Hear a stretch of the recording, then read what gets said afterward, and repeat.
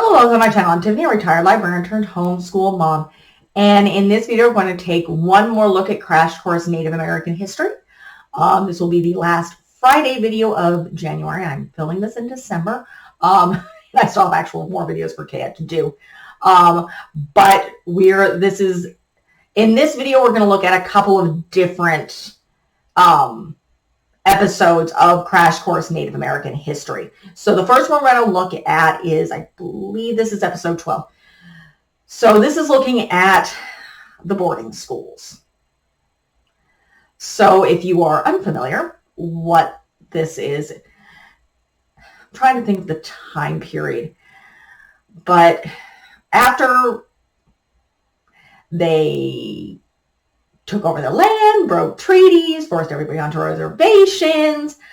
The U.S. government was still trying to figure out how to deal with the Indian problem. And yeah, that's really what they called it. It was the Indian problem. And then they thought, oh, let's turn them into us. So the boarding schools. You had a group of people calling themselves the Friends of Indians. They were not Friends of Indians. They created these boarding schools where they it was mostly forced. Some parents did send their children. It was mostly forced, though.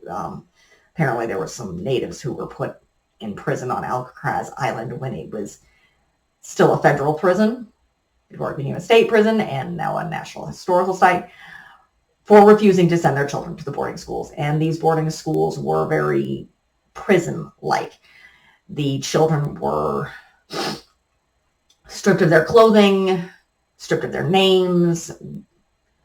Their hair was cut. Oh, I think that was mostly just the boys. So obviously the girls had some of their hair cut as well, and stripped of their language and culture. They were forced to speak English. They were given English names. They were forced to wear English clothing. They were punished for even speaking one of their native languages. And this could mean starvation, beatings, and dozens of other things. They lost their languages, they lost their cultures, they lost everything. And when they went home again, they couldn't speak their language again anymore. They'd forgotten their culture.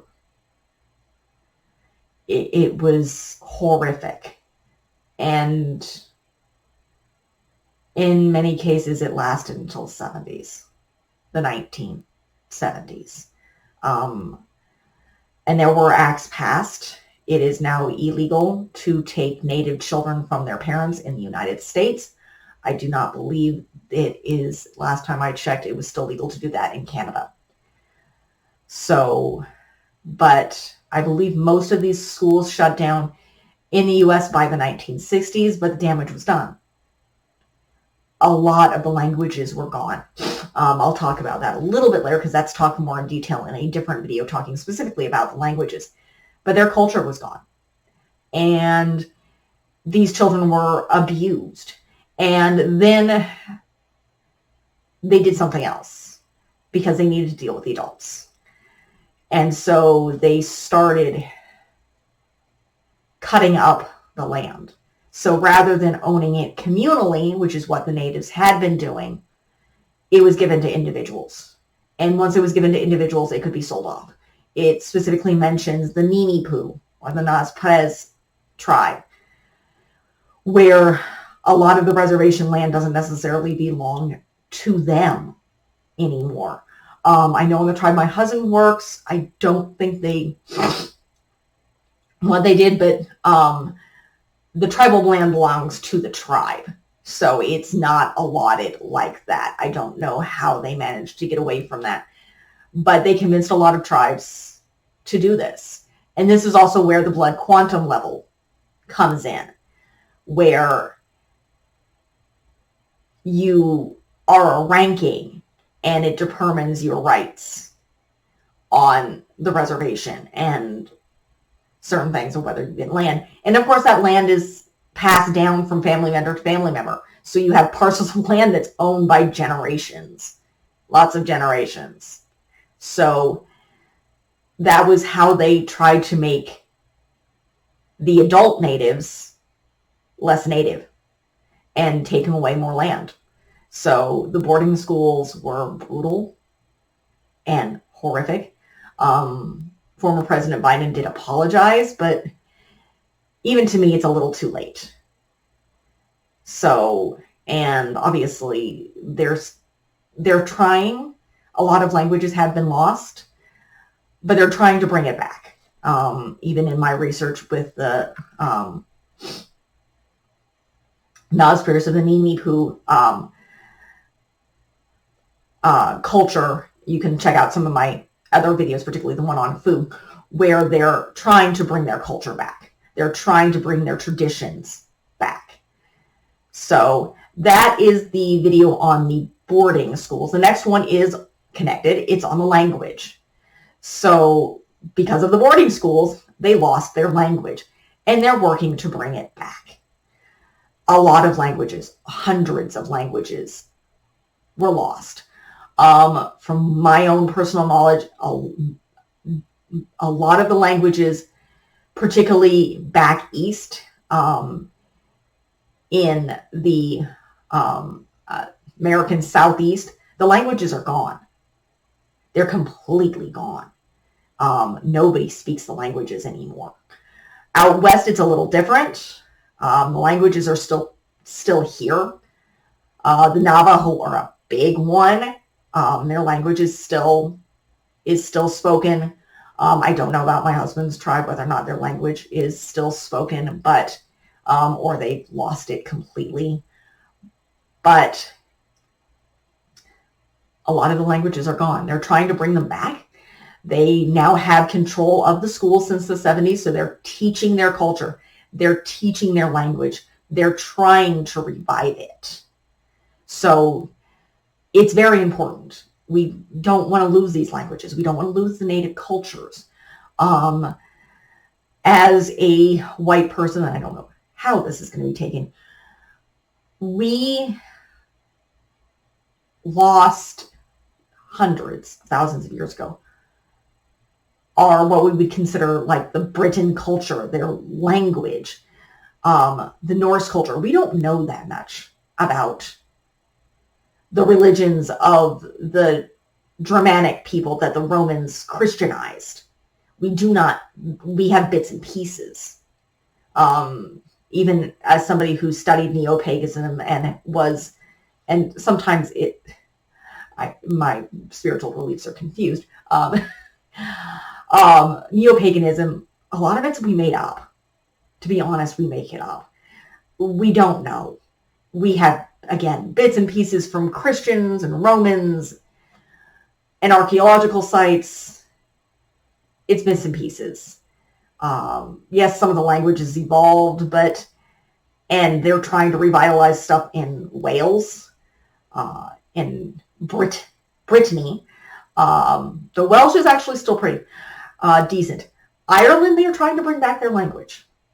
So, but we lost our old native cultures a long time ago, and then we destroyed everybody else's. Well, at least we tried, and we did destroy some of them. We certainly tried. And we tried to destroy others, but it's important. And this video talks about how they're trying to bring it back. The other video that is hosted by somebody else, because it's on women, it's talking, the the host is Lily Gladstone, who is actually, she's part of two tribes. One of them is the Nimipu. And she is a native actress. So she talks about women and how some tribes prior to colonialization were matriarchal. The women were in charge. It talks about the, I can never pronounce this. This is a confederation. I think it's the Iroquois. Though I know there's another name for it. How a woman was vital for helping create that. But how, again, in many other cultures, it was matriarchal. And I'm not sure about the Nimi Poo. In reading Kaya's books, her family lives with her mother's parents. So they might have been partially matriarchal. And one of the characters is, in fact, a female warrior, and there were female warriors in various different cultures. But, of course, when colonialization came in, that's not going to happen. Nope, women don't do that. So they completely destroyed it. And, again, they're trying to bring this back. The last video talks about cultural appropriation and natives in Hollywood. And, you know, cowboys and Indians, all those old Westerns that made natives the enemy or idiots. And were never really played by natives, except for, you know, in the lower roles and badly paid. And how, mind you, that's very, very appropriate and not true at all. And it made them all one note. Because, yes, the headdresses and the stuff like that, one, are sacred, and two, are not everybody. Because it's a big continent. There's a lot of Native people. And how dressing up as a Native American, not a good thing. Native princesses are not a thing. Yes, I was part of Indian Princesses, which was the YMCA. That was cultural appropriation. Not necessarily a good thing. I mean, sure, there's probably a way to do that. But again, without being offensive and making it educational.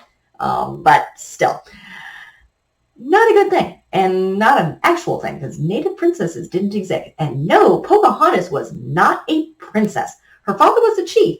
But one of her uncles would take over and she would lose her positioning. So, yeah, they weren't a thing. They weren't a thing. Because Native tribes did not work like that. So, and no, you should not be wearing Native costumes because you're insulting a people. You know, they're here. They still exist. Stop taking, Native Americans aren't gone. They're not mythical. They're not imaginary.